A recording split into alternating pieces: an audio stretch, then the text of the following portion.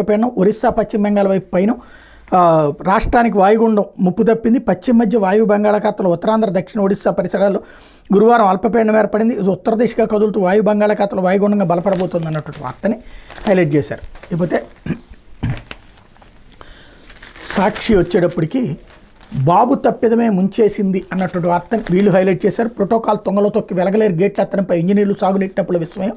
శనివారం ఉదయమే ప్రభుత్వానికి సమాచారం ఇచ్చామన్న వెలగలేరు డి వరద విజయవాడ చేరడానికి 20 గంటలు పడుతుందని చెప్పినట్టు వెల్లడి. లోతట్టు ప్రాంతాలను అప్రమత్తం చేసేందుకు సమయం ఉన్న ప్రభుత్వం అలసత్వం. చంద్రబాబు ఇంటి ముప్పుతో శనివారం అర్ధరాత్రి గేట్లు ఎత్తేయాలని ఆదేశం. ఈ చారిత్రక తప్పిదమే బుడమేరు విలయానికి కారణం అంటున్న ఇంజనీర్లు నిపుణులు.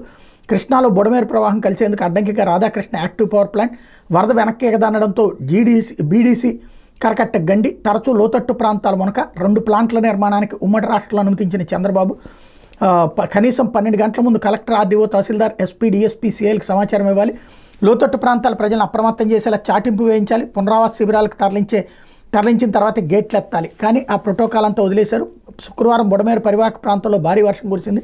దీంతో శనివారం బుడమేరుకు భారీ వరద వస్తుందని మాకు ముందే తెలుసు. వెలగలేరు రెగ్యులేటర్ వద్దకు 45,000 క్యూసెక్కుల వరద వస్తుందని అంచనా వేశాం. గరిష్టంగా వరద వస్తున్న నేపథ్యంలో వెలగలేరు రెగ్యులేటర్ గేట్లు ఎత్తి వరదను దిగువకు వదిలేయాల్సి ఉంటుందని ప్రభుత్వానికి శనివారం మధ్యాహ్నంలోపే సమాచారం ఇచ్చాం. వెలగలేరు రెగ్యులేటర్ గేట్లు ఎత్తిన 20 గంటల్లో విజయవాడకు వరద చేరుతుందని చెప్పాం. ప్రభుత్వ అనుమతితోనే శనివారం రాత్రి వెలగలేరు రెగ్యులేటర్ గేట్లు ఎత్తి వరదను దిగువకు వదిలేసామంటూ మాధవ్ నాయక్ డి వెలగలేరు రెగ్యులేటర్ చెప్పినటువంటి స్టేట్మెంట్ కూడా. దీన్ని బట్టి ప్రజలకి నేను మొన్నటి నుంచి చెప్తున్నది అదే, కమ్యూనికేషన్ ఎందుకు లేదు ప్రజలకి.